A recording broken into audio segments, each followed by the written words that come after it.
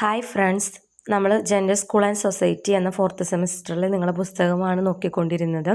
അതിൽ നമ്മൾ second unit gender identity socialisation process എന്നതിൻ്റെ പകുതി എടുത്തു. ഇനി അതിൻ്റെ കണ്ടിന്യൂഷനാണ് നോക്കാൻ പോകുന്നത്. ഇനി നമ്മൾ നോക്കാൻ പോകുന്ന topic measurement of gender identity.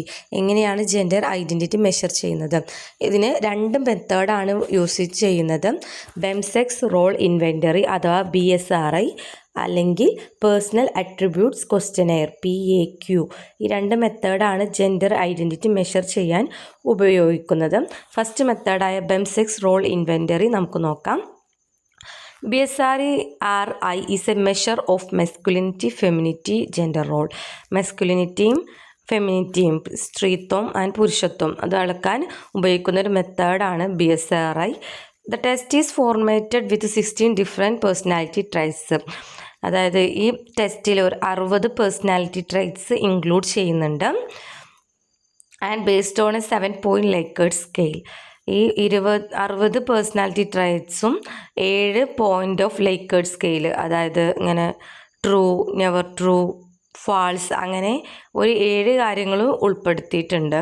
ഈ 60 പേഴ്സണാലിറ്റി ട്രൈറ്റ്സിൽ 20 masculine, 20 feminine and 20 filler traits, അതായത് 20 മാസ്കുലിൻ ട്രൈറ്റ്സും 20 ഫെമിനിയൻസ് ട്രൈറ്റ്സും 20 ഫില്ലർ ട്രൈറ്റ്സും ആണ് ഉൾപ്പെടുത്തിയിട്ടുള്ളത്. അങ്ങനെയാണ് total 60. All traits in BSRI positively valued personality aspects. അപ്പോൾ പേഴ്സണാലിറ്റി ആസ്പെക്ട്സിനെ പോസിറ്റീവായിട്ടാണ് BSRIയിൽ വാല്യൂ ചെയ്യുന്നത്. നമുക്കൊരു എക്സാമ്പിൾ നോക്കിയാൽ കറക്റ്റ് മനസ്സിലാവും കേട്ടോ. അതായത് 60 പേഴ്സണാലിറ്റി ട്രൈറ്റ്സ് ഇങ്ങനെ കൊടുത്തിട്ടുണ്ടാവും. ഏതൊക്കെ ഒരു എക്സാമ്പിൾ പറഞ്ഞാൽ self reliant, affectionate, loyal, dominate, makes decision easily, cheerful, അങ്ങനെ 60 കാര്യങ്ങൾ ഇങ്ങനെ താഴോട്ട് കൊടുത്തിട്ടുണ്ടാവും. അതിൻ്റെ ഇടയിൽ ഇപ്പോൾ നമ്മൾ ഓരോ ക്വസ്റ്റ്യൻ നമുക്ക് മനസ്സിലായോ, അങ്ങനെ ഒരു സമ്മറി നമ്മൾ ലാസ്റ്റ് അങ്ങനെ ചോദിച്ചാൽ മനസ്സിലായി, പൂർണ്ണമായി മനസ്സിലായി, അങ്ങനെ ഉണ്ടല്ലോ, അല്ലെങ്കിൽ ഭാഗികമായി മനസ്സിലായി, തീരെ മനസ്സിലായില്ല, അങ്ങനെ കുറേ ഓപ്ഷൻസ് തരുമല്ലോ. എന്നിട്ട് അതിന് നമുക്ക് ടിക്ക് ചെയ്യാം. അതുപോലെ തന്നെയാണ് ഇതും. കുറേ പേഴ്സണാലിറ്റി ട്രൈറ്റ്സ് തന്നിട്ടുണ്ടാവും. 7 ലൈക്കേർട്ട് സ്കെയിൽ തന്നിട്ടുണ്ടാവും. അതായത് റേറ്റിംഗ് റെസ്പോൺസ്, നമുക്കുള്ള റെസ്പോൺസ് എങ്ങനെ, ആ ട്രൈറ്റ്സിനോട് നമുക്ക് എന്താണ് ഫീൽ ചെയ്യുന്നത്, നമ്മുടെ റെസ്പോൺസ് എന്താണ്, അത് 7 രീതി തന്നിട്ട് ഏതൊക്കെ: never true, rarely true, not sure, partially true, more than 50%, often true, always true. ഇങ്ങനെ 7 പോയിൻറ്റ്സ് റേറ്റിംഗ് റെസ്പോൺസ് 7 പോയിൻറ്റ്സ് തന്നിട്ടുണ്ടാവും. അപ്പോൾ ഈ സെൽഫ് റിലയൻറ്റ് എന്ന ട്രൈറ്റ്സിനോട്, പേഴ്സണാലിറ്റി ട്രൈറ്റ്സിനോട് നമുക്ക് എന്താ ഫീൽ ചെയ്യുന്നത്? നെവർ ട്രൂ ആണോ, റെയർലി ട്രൂ ആണോ, നോട്ട് ഷുവർ ആണോ, അങ്ങനെ ഏതാത് ടിക്ക് ചെയ്യുക. അഫെക്ഷനേറ്റ്, അടുത്ത ട്രൈറ്റായ അഫെക്ഷനേറ്റിനോട് എന്താണ് ഫീൽ ചെയ്യുന്നത്? നമ്മുടെ പേഴ്സണാലിറ്റി ട്രൈറ്റ്സ് ആയ അഫെക്ഷനേറ്റിന് നമുക്ക് ഫീൽ ചെയ്യുന്നത് എന്താണ് എന്നുള്ളത് never true, rarely true, not true, അങ്ങനെ അത് ടിക്ക് ചെയ്യുക. അങ്ങനെയാണ് മെഷർ ചെയ്യുക എന്നാണ് BSRI മെത്തേഡിലൂടെ പറയുന്നത്. അടുത്ത മെത്തേഡാണ് personal attributes questionnaire PAQ. PAQ is a personality test measuring 2 dimension, instrumentality and expressivity. അപ്പോൾ ഇൻസ്ട്രുമെൻറ്റാലിറ്റിയും എക്സ്പ്രസീവിറ്റി മെഷർ ചെയ്യുന്നുള്ള മെത്തേഡാണ് PAQ, personal attributes questionnaire, which seems to be related masculinity and femininity. ഇവിടെ പറഞ്ഞത് ഇൻസ്ട്രുമെൻറ്റാലിറ്റി ആൻഡ് എക്സ്പ്രസീവിറ്റി, ഇത് പറഞ്ഞാൽ എന്താ, മെസ്കുലിനിറ്റിയും ഫെമിനിറ്റിയെ തന്നെയാണ് ഇൻസ്ട്രുമെൻറ്റാലിറ്റി എക്സ്പ്രസീവിറ്റി എന്ന് പറയുന്നത്. ഇപ്പോൾ BSRIയിൽ നമ്മൾ പറഞ്ഞു മസ്കുലിനിറ്റി ഫെമിനിറ്റിയാണ് മെഷർ ചെയ്യുന്നതെന്ന്. ഇവിടെ എന്താണ് മെഷർ ചെയ്യുന്നത്? PAQയിൽ ഇൻസ്ട്രുമെൻറ്റാലിറ്റി എക്സ്പ്രസീവിറ്റിയാണ്. ഈ ഇൻസ്ട്രുമെൻറ്റാലിറ്റി ഈസ് ഈക്വൽ ടു മെസ്കുലിനിറ്റിയും എക്സ്പ്രസീവിറ്റി ഈസ് ഈക്വൽ ടു ഫെമിനിറ്റിയുമാണ്. ഇനി ഈ PAQ മെത്തേഡ് ഡെവലപ്പ് ചെയ്തത് ആരാണ്? Janet T. Spence and Robert Helmreich and Joy സ്റ്റാപ്പ്.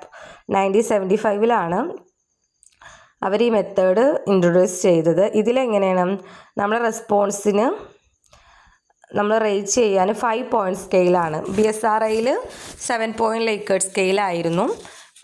7 നമ്മൾ പേഴ്സണാലിറ്റി ട്രൈറ്റ് നമ്മൾ റെസ്പോൺസ് ചെയ്യാനുള്ള 7 ഓപ്ഷൻസ് ഉണ്ടായിരുന്നു. ഇവിടെ 5 ആണ് ഉള്ളത്. ഒരു എക്സാമ്പിൾ നോക്കാം. ഇപ്പോൾ aggressiveness.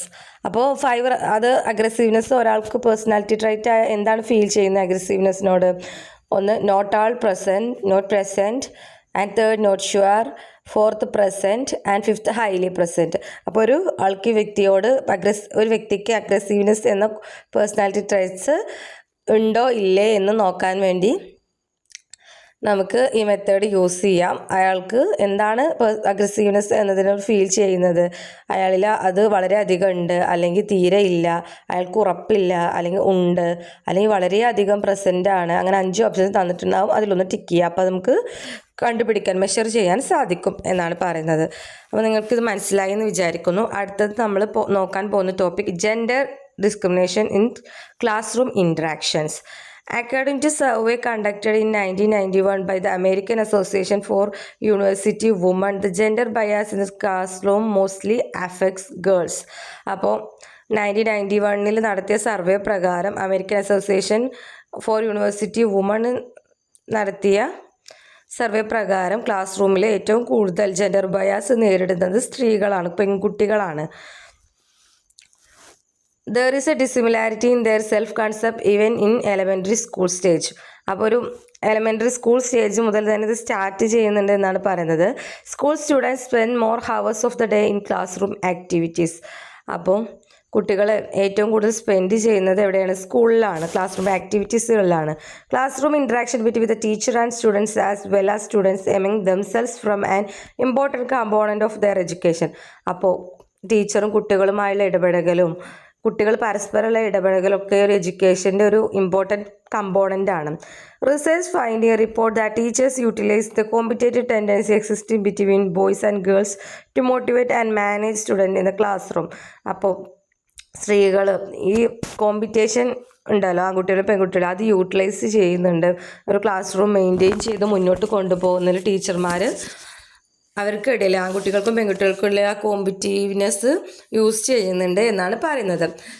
Boys dominate in the class room talk. അതായത് ബോയ്സാണ് ഒരു ഡോമിനേഷന് ക്ലാസ് റൂം ടോക്കിൽ പരസ്പരം ഇങ്ങനെ സംസാരിക്കുന്നതിൽ ബോയ്സിനാണ് ഡോമിനേഷൻ ഉള്ളത്. Girls remain passive and inactive. അപ്പോൾ ബോയ്സ് ഡോമിനൻ്റ് ആയിരിക്കുമ്പോൾ ഗേൾസ് എങ്ങനെയാണ്? അവർ പാസീവും ഇനാക്റ്റീവും ആണ്. അവർ അത്ര ആക്റ്റീവായിട്ടല്ല ക്ലാസ്സുകളിൽ ഇരിക്കാറുള്ളത്. Due to the circumstance. Research studies reveal that teachers most often interact to boys, paying more attention, providing feedback to boys. അപ്പോൾ റിസർച്ച് എന്താണ് പറയുന്നത്? ടീച്ചേഴ്സ് ബോയ്സിനാണ് കൂടുതൽ കൺസിഡറേഷനും അറ്റൻഷനും നൽകുന്നത്. അവരെയാണ് കൂടുതൽ ഫീഡ്ബാക്ക് നൽകി പ്രൊവൈഡ് ചെയ്തിട്ട് അവരെയാണ് മോട്ടിവേറ്റ് ചെയ്യുന്നത് എന്നാണ് പറയുന്നത്. Comparing to girls students were abused and ill treated by some teachers. ഇത് നമ്മുടെ എത്രയൊക്കെ ചേഞ്ചായി ഡെവലപ്പായി എന്ന് പറഞ്ഞാലും ടിൽ നമ്മുടെ എഡ്യൂക്കേഷണൽ സിസ്റ്റത്തിൽ ഗേൾസ് ഫേസ് ചെയ്യുന്ന ഒരു പ്രോബ്ലമാണ്. ഗേൾസ് സ്റ്റുഡൻസ് വെർ അബ്യൂസ് ചെയ്യപ്പെടുന്നുണ്ട് ആൻഡ് ഇൽ ട്രീറ്റഡ്, ബാഡായിട്ട് ട്രീറ്റ് ചെയ്യപ്പെടുന്നുണ്ട് ബൈ സം ടീച്ചേഴ്സ്, ചില ടീച്ചേഴ്സ്. അപ്പോൾ ഓവറോൾ പറയുകയാണെങ്കിൽ നമ്മൾ ക്ലാസ് റൂം സിസ്റ്റം എടുത്ത് നോക്കിയാൽ അവിടെ ജെൻഡർ ബയാസ് കൂടുതൽ നേരിടേണ്ടി വരുന്നത് പെൺകുട്ടികൾക്കാണ്.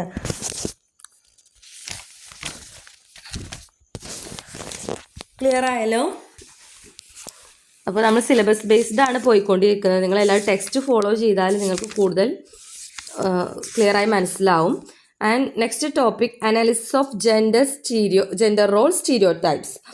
Gender stereotypes are the baseless belief that men and women are expected to function in the society based on their sex. അപ്പോൾ ഈ ജെൻഡർ സ്റ്റീരിയോടൈപ്സ് പറഞ്ഞാൽ ഒരു ബേസ് ഇല്ലാത്തൊരു നമ്മുടെ സൊസൈറ്റി സൃഷ്ടിച്ച ഒരു കാര്യമാണ്. അതായത് ആണിനും പെണ്ണിനും ചില റോൾസും ചില കാര്യങ്ങൾ ആക്ടിവിറ്റീസ് നമ്മുടെ സൊസൈറ്റി അസൈൻ ചെയ്ത് കൊടുത്തിട്ടുണ്ട്. Traditional view of the role of woman is to nurture and that of men is learn to and protect. അപ്പോൾ നമ്മുടെ ട്രഡീഷണലായിട്ട് നമ്മൾ ഫോളോ ചെയ്യുന്ന ഒരു കാര്യം എന്ന് പറഞ്ഞാൽ സ്ത്രീകളുടെ റോൾ എന്താണ്? ഹോം മേക്കറാണ്, വീട്ടിലെ കാര്യം നോക്കുക, കുട്ടികളെ നോക്കുക. എന്നാൽ പുരുഷന്മാരോ ബ്രെഡ് വിന്നേഴ്സാണ്, അവർ ഭക്ഷണം കൊണ്ടുവരിക, ഫാമിലിയെ പ്രൊട്ടക്റ്റ് ചെയ്യുക, അങ്ങനെയൊക്കെയാണ്. Men should be the heads of their households. അപ്പോൾ ഫാമിലിയുടെ ഹെഡ് ആരായിരിക്കും? ഒരു മെന്നായിരിക്കും. സ്ത്രീകൾക്ക് അവിടെ വോയിസ് ഇല്ല, ഡിസിഷൻ മേക്കിംഗ് ഒന്നിനും വോയിസ് ഇല്ല. ഒരു സബ്മിസീവായി അടിച്ചമർത്തി ഭർത്താവിൻ്റെ കീഴിലാണ് അല്ലെങ്കിൽ അച്ഛൻ്റെ കീഴിൽ, അങ്ങനെ ഒരു ആണിൻ്റെ കീഴിലാണ് എന്നും സ്ത്രീയുടെ സ്ഥാനം.